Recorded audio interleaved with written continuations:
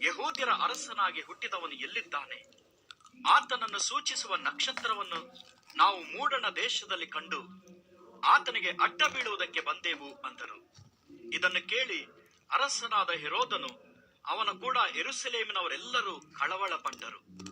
ಅವನು ಯೆಹೂದ್ಯರ ಎಲ್ಲಾ ಮಹಾಯಾಜಕರನ್ನು ಶಾಸ್ತ್ರಿಗಳನ್ನು ಕೂಡಿಸಿ ಕ್ರಿಸ್ತನು ಹುಟ್ಟಬೇಕಾದದ್ದು ಎಲ್ಲಿ ಎಂದು ಅವರನ್ನು ಕೇಳಿದನು. ಅವರು ಅವನಿಗೆ, ಯೂದಾಯದ ಬೆತ್ಲೆಹೇಮಿನಲ್ಲಿಯೇ. ಯಾಕಂದರೆ ಯೆಹೂದ ಸೀಮೆಯ ಬೆತ್ಲೆಹೇಮೆ, ಯೆಹೂದದ ಮುಖ್ಯ ಪಟ್ಟಣಗಳಲ್ಲಿ ನೀನು ಎಷ್ಟು ಮಾತ್ರವೂ ಸಣ್ಣದಲ್ಲ. ಒಬ್ಬ ಅಧಿಪತಿ ನಿನ್ನೊಳಗಿಂದಲೇ ಹೊರಡುವನು, ಅವನು ನನ್ನ ಪ್ರಜೆಯಾದ ಇಸ್ರಾಯೇಲನ್ನು ಆಳತಕ್ಕವನು ಎಂಬುದಾಗಿ ಪ್ರವಾದಿಯ ಮುಖಾಂತರ ಬರೆದದೆ ಎಂದು ಹೇಳಿದರು. ಆಗ ಹೆರೋದನು ಯಾರಿಗೆ ತಿಳಿಯದಂತೆ ಆ ಜೋಯಿಸರನ್ನು ಕರೆಸಿ ಆ ನಕ್ಷತ್ರವು ಕಾಣಿಸಿದ ಕಾಲವನ್ನು ಅವರ ಕಡೆಯಿಂದ ಚೆನ್ನಾಗಿ ತಿಳ್ಕೊಂಡು, ನೀವು ಹೋಗಿ ಆ ಕೂಸಿನ ವಿಷಯದಲ್ಲಿ ಚೆನ್ನಾಗಿ ವಿಚಾರಣೆ ಮಾಡಿರಿ, ಅದು ಸಿಕ್ಕಿದ ಮೇಲೆ ನನಗೆ ತಿಳಿಸಿರಿ, ನಾನು ಬಂದು ಅದಕ್ಕೆ ಅಡ್ಡ ಬೀಳಬೇಕು ಎಂದು ಹೇಳಿ ಅವರನ್ನು ಬೆತ್ಲೆಹೇಮಿಗೆ ಕಳುಹಿಸಿದನು. ಅವರು ಅರಸನ ಮಾತನ್ನು ಕೇಳಿ ಹೊರಟಾಗ ಮೂಡಣ ದೇಶದಲ್ಲಿ ಕಂಡ ನಕ್ಷತ್ರವು ಅವರ ಮುಂದೆ ಮುಂದೆ ನಡೆದು ಕೂಸು ಇದ್ದ ಸ್ಥಳದ ಮೇಲೆ ಬಂದು ನಿಂತಿತು.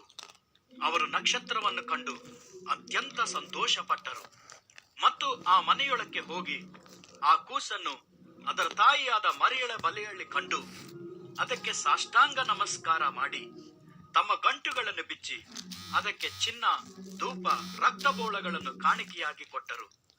ಆಮೇಲೆ ದೇವರು ಕನಸಿನಲ್ಲಿ ಅವರಿಗೆ, ನೀವು ಹೆರೋದನ ಬಳಿಗೆ ತಿರುಗಿ ಹೋಗಬಾರದೆಂದು ಅಪ್ಪಣೆ ಕೊಟ್ಟದ್ದರಿಂದ ಅವರು ಮತ್ತೊಂದು ದಾರಿಯಿಂದ ತಮ್ಮ ದೇಶಕ್ಕೆ ಹೊರಟು ಹೋದರು. ಅರಸನು ಯೇಸುವನ್ನು ಕೊಲ್ಲುವುದಕ್ಕೆ ಪ್ರಯತ್ನ ಮಾಡಿದ್ದು. ಅವರು ಹೋದ ಮೇಲೆ ಕರ್ತನ ದೂತನು ಯೋಸೇಫನಿಗೆ ಕನಸಿನಲ್ಲಿ ಕಾಣಿಸಿಕೊಂಡು, ನೀನು ಎದ್ದು ಈ ಕೂಸನ್ನು ಇದರ ತಾಯಿಯನ್ನು ಕರೆಕೊಂಡು ಐಗುಪ್ತ ದೇಶಕ್ಕೆ ಓಡಿ ಹೋಗಿ ನಾನು ನಿನಗೆ ಹೇಳುವ ತನಕ ಅಲ್ಲೇ ಇರು.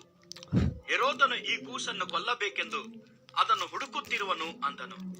ಆಗ ಅವನು ಎದ್ದು ಕೂಸನ್ನು ಅದರ ತಾಯಿಯನ್ನು ರಾತ್ರಿ ವೇಳೆಯಲ್ಲಿ ಕರೆಕೊಂಡು ಐಗುಪ್ತ ದೇಶಕ್ಕೆ ಹೊರಟು ಹೋಗಿ ಹೆರೋದನು ತೀರಿ ಹೋಗುವ ತನಕ ಅಲ್ಲೇ ಇದ್ದನು. ಇದರಿಂದ ನನ್ನ ಮಗನನ್ನು ಐಗುಪ್ತ ದೇಶದೊಳಗಿಂದ ಕರೆದೇನೆಂದು ಕರ್ತನು ಪ್ರವಾದಿಯ ಮುಖಾಂತರ ಹೇಳಿದ ಮಾತು ನೆರವೇರಿತು. ಆಗ ಹೆರೋದನು ತನಗೆ ಜೋಯಿಸರು ಮೋಸ ಮಾಡಿದರೆಂದು ತಿಳಿದು ಬಹಳ ಸಿಟ್ಟಾಗಿ ಆಳುಗಳನ್ನು ಕಳುಹಿಸಿ ತಾನು ಜೋಯಿಸರಿಂದ ತಿಳ್ಕೊಂಡ ಕಾಲಕ್ಕೆ ಸರಿಯಾಗಿ ಬೆತ್ಲೆಹೇಮಿನಲ್ಲಿಯೂ ಅದರ ಎಲ್ಲಾ ನೆರೆಹೊರೆ ಹಳ್ಳಿಗಳಲ್ಲಿಯೂ 2 ವರ್ಷದೊಳಗಿನ ಗಂಡು ಕೂಸುಗಳನ್ನೆಲ್ಲ ಕೊಲ್ಲಿಸಿದನು. ಯೆರೆಮೀಯನೆಂಬ ಪ್ರವಾದಿಯ ಹೇಳಿದ ಮಾತು ಆ ಕಾಲದಲ್ಲಿ ನೆರವೇರಿತು. ಅದೇನೆಂದರೆ, ರಾಮದಲ್ಲಿ ಬೊಬ್ಬೆಯು ಕೇಳಿಸಿತು, ಅಳುವಿಕೆಯು ಬಹು ಗೋಳಾಟವು ಉಂಟಾದವು. ರಾಹೇಲಳು ತನ್ನ ಮಕ್ಕಳಿಗೋಸ್ಕರ ಅತ್ತತ್ತು ಅವರು ಇಲ್ಲದೆ ಹೋದದಕ್ಕಾಗಿ ಸಮಾಧಾನ ಹೊಂದಲೊಲ್ಲದೆ ಇದ್ದಳು ಎಂಬುದೇ. ಹೆರೋದನು ತೀರಿ ಹೋದ ಮೇಲೆ ಐಗುಪ್ತ ದೇಶದಲ್ಲಿ ಕರ್ತನ ದೂತನು ಯೋಸೇಫನಿಗೆ ಕನಸಿನಲ್ಲಿ ಕಾಣಿಸಿಕೊಂಡು, ನೀನು ಎದ್ದು ಕೂಸನ್ನು ಅದರ ತಾಯಿಯನ್ನು ಕರೆಕೊಂಡು ಇಸ್ರಾಯೇಲ್ ದೇಶಕ್ಕೆ ಹೋಗು, ಕೂಸಿನ ಪ್ರಾಣವನ್ನು ತೆಗೆಯಬೇಕೆಂದಿದ್ದವರು ಸತ್ತು ಹೋದರು ಎಂದು ಹೇಳಿದನು. ಆಗ ಯೋಸೇಫನು ಎದ್ದು ಕೂಸನ್ನು ಅದರ ತಾಯಿಯನ್ನು ಕರೆಕೊಂಡು ಇಸ್ರಾಯೇಲ್ ದೇಶಕ್ಕೆ ಬಂದನು. ಆದರೆ ಅರ್ಕೆಲಾಯನು ತನ್ನ ತಂದೆಯಾದ ಹೆರೋದನಿಗೆ ಬದಲಾಗಿ ಯೂದಾಯವನ್ನು ಆಳುತ್ತಾನೆಂದು ಕೇಳಿ ಅಲ್ಲಿಗೆ ಹೋಗುವುದಕ್ಕೆ ಅಂಜಿದನು.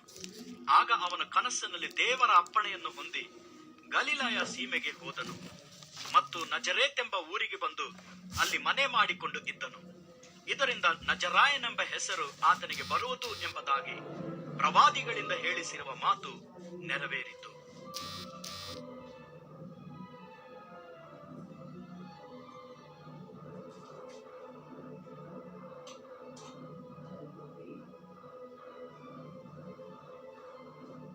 ಅಧ್ಯಾಯ 3. ಸ್ನಾನಿಕನಾದ ಯೋಹಾನನ ಉಪದೇಶ. ಆ ದಿನಗಳಲ್ಲಿ ಸ್ನಾನಿಕನಾದ ಯೋಹಾನನು, ಪರಲೋಕ ರಾಜ್ಯವು ಸಮೀಪವಾಯಿತು, ದೇವರ ಕಡೆಗೆ ತಿರುಗಿಕೊಳ್ಳಿರಿ ಎಂದು ಯೂದಾಯದ ಅಡವಿಯಲ್ಲಿ ಸಾರಿ ಹೇಳುತ್ತಾ ಬಂದನು. ಕರ್ತನ ದಾರಿಯನ್ನು ಸಿದ್ಧ ಮಾಡಿರಿ, ಆತನ ಹಾದಿಗಳನ್ನು ನೆಟ್ಟಗೆ ಮಾಡಿರಿ ಎಂದು ಅಡವಿಯಲ್ಲಿ ಕೂಗುವವನ ಶಬ್ದವದೇ ಎಂಬುದಾಗಿ ಪ್ರವಾದಿಯಾದ ಯೆಶಾಯನಿಂದ ಸೂಚಿತನಾದವನು ಇವನೇ. ಈ ಯೋಹಾನನಿಗೆ ಒಂಟೆ ಕೂದಲಿನ ಹೊದಿಕೆಯು, ಸೊಂಟದಲ್ಲಿ ತೊಗಲಿನ ನಡುಕಟ್ಟು ಇದ್ದವು. ಅವನಿಗೆ ಮಿಡಿತೆ ಮತ್ತು ಕಾಡಜೇನು ಆಹಾರವಾಗಿದ್ದವು. ಆಗ ಯೆರೂಸಲೇಮ್, ಎಲ್ಲಾ ಯೂದಾಯವು, ಯೋರ್ದಾನ್ ಹೊಳೆಯ ಸುತ್ತಲಿರುವ ಎಲ್ಲಾ ಸೀಮೆಯು ಅವನ ಬಳಿಗೆ ಹೊರಟು ಹೋಗಿ ಅವರು ತಮ್ಮ ತಮ್ಮ ಪಾಪಗಳನ್ನು ಹೇಳಿಕೊಂಡು ಯೋರ್ದಾನ್ ಹೊಳೆಯಲ್ಲಿ ಅವನಿಂದ ದೀಕ್ಷಾಸ್ನಾನ ಮಾಡಿಸಿಕೊಳ್ಳುತ್ತಿದ್ದರು. ಆದರೆ ಅವನು ಫರಿಸಾಯರಲ್ಲಿಯೂ ಸದ್ದುಕಾಯರಲ್ಲಿಯೂ ಅನೇಕರು ತನ್ನಿಂದ ಸ್ನಾನ ಮಾಡಿಸಿಕೊಳ್ಳುವುದಕ್ಕೆ ಬರುವುದನ್ನು ಕಂಡು ಅವರಿಗೆ, ಎಲೈ ಸರ್ಪಜಾತಿಯವರೇ, ಮುಂದೆ ಕಾಣಬರುವ ದೈವ ಕೋಪದಿಂದ ತಪ್ಪಿಸಿಕೊಳ್ಳುವುದಕ್ಕೆ ನಿಮಗೆ ಉಪದೇಶ ಮಾಡಿದವರ್ಯಾರು? ಹಾಗಾದರೆ ನಿಮ್ಮ ಮನಸ್ಸು ದೇವರ ಕಡೆಗೆ ತಿರುಗುತ್ತೆಂಬುದನ್ನು ತಕ್ಕ ಫಲದಿಂದ ತೋರಿಸಿರಿ. ಅಬ್ರಹಾಮನು ನಮಗೆ ಮೂಲ ಪುರುಷನಲ್ಲವೇ ಎಂಬುವ ಆಲೋಚನೆಯನ್ನು ಬಿಡಿರಿ. ದೇವರು ಅಬ್ರಹಾಮನಿಗೆ ಈ ಕಲ್ಲುಗಳಿಂದಲೂ ಮಕ್ಕಳನ್ನು ಹುಟ್ಟಿಸಬಲ್ಲನೆಂದು ನಿಮಗೆ ಹೇಳುತ್ತೇನೆ. ಈಗಲೇ ಮರಗಳ ಬೇರಿಗೆ ಕೊಡಲಿ ಹಾಕಿದೆ. ಒಳ್ಳೆ ಫಲವನ್ನು ಕೊಡದ ಪ್ರತಿಯೊಂದು ಮರವನ್ನು ಕಡಿದು ಬೆಂಕಿಯಲ್ಲಿ ಹಾಕುವರು. ನಾನಂತೂ ನಿಮ್ಮ ಮನಸ್ಸು ತಿರುಗಿಕೊಳ್ಳಬೇಕೆಂಬುದಕ್ಕೆ ನಿಮಗೆ ನೀರಿನಲ್ಲಿ ಸ್ನಾನ ಮಾಡಿಸುತ್ತೇನೆ. ಆದರೆ ನನ್ನ ಹಿಂದೆ ಬರುವವನು ನನಗಿಂತ ಶಕ್ತನು. ಆತನ ಕೆರಗಳನ್ನು ಹೊರಲಿಕ್ಕೂ ನಾನು ಯೋಗ್ಯನಲ್ಲ. ಆತನ ಪವಿತ್ರಾತ್ಮನಲ್ಲಿಯೂ ಬೆಂಕಿಯಲ್ಲಿಯೂ ನಿಮಗೆ ಸ್ನಾನ ಮಾಡಿಸುವನು. ಆತನು ಮೊರವನ್ನು ಕೈಯಲ್ಲಿ ಹಿಡಿದಿದ್ದಾನೆ. ತನ್ನ ಕಣದಲ್ಲಿಯ ರಾಶಿಯನ್ನು ತೂರಿ ಹಸನು ಮಾಡಿ ತನ್ನ ಗೋಧಿಯನ್ನು ಕಣಜದಲ್ಲಿ ತುಂಬಿಕೊಂಡು ಹೊಟ್ಟನ್ನು ಆರದ ಬೆಂಕಿಯಲ್ಲಿ ಸುಟ್ಟು ಬಿಡುವನು ಎಂದು ಹೇಳಿದನು. ಯೇಸು ದೀಕ್ಷಾಸ್ನಾನ ಮಾಡಿಸಿಕೊಂಡದ್ದು. ಆ ಕಾಲದಲ್ಲಿ ಯೇಸು ಯೋಹಾನನಿಂದ ಸ್ನಾನ ಮಾಡಿಸಿಕೊಳ್ಳಬೇಕೆಂದು ಗಲಿಲಾಯದಿಂದ ಯೋರ್ದಾನೊಳಗೆ ಬಂದನು. ಆಗ ಯೋಹಾನನು, ನಾನು ನಿನ್ನಿಂದ ಸ್ನಾನ ಮಾಡಿಸಿಕೊಳ್ಳತಕ್ಕವನಾಗಿರುವಲ್ಲಿ ನೀನು ನನ್ನ ಬಳಿಗೆ ಬರುವುದೇನು ಎಂದು ಹೇಳಿ ಆತನನ್ನು ತಡೆಯುತ್ತಾ ಇದ್ದನು. ಆದರೆ ಯೇಸು ಅವನಿಗೆ, ಸತ್ಯಕ್ಕೆ ಒಪ್ಪಿಕೋ, ಹೀಗೆ ನಾವು ಎಲ್ಲಾ ಧರ್ಮವನ್ನು ನೆರವೇರಿಸತಕ್ಕದ್ದಾಗಿದೆ ಎಂದು ಹೇಳಿದಾಗ ಅವನು ಒಪ್ಪಿಕೊಂಡನು.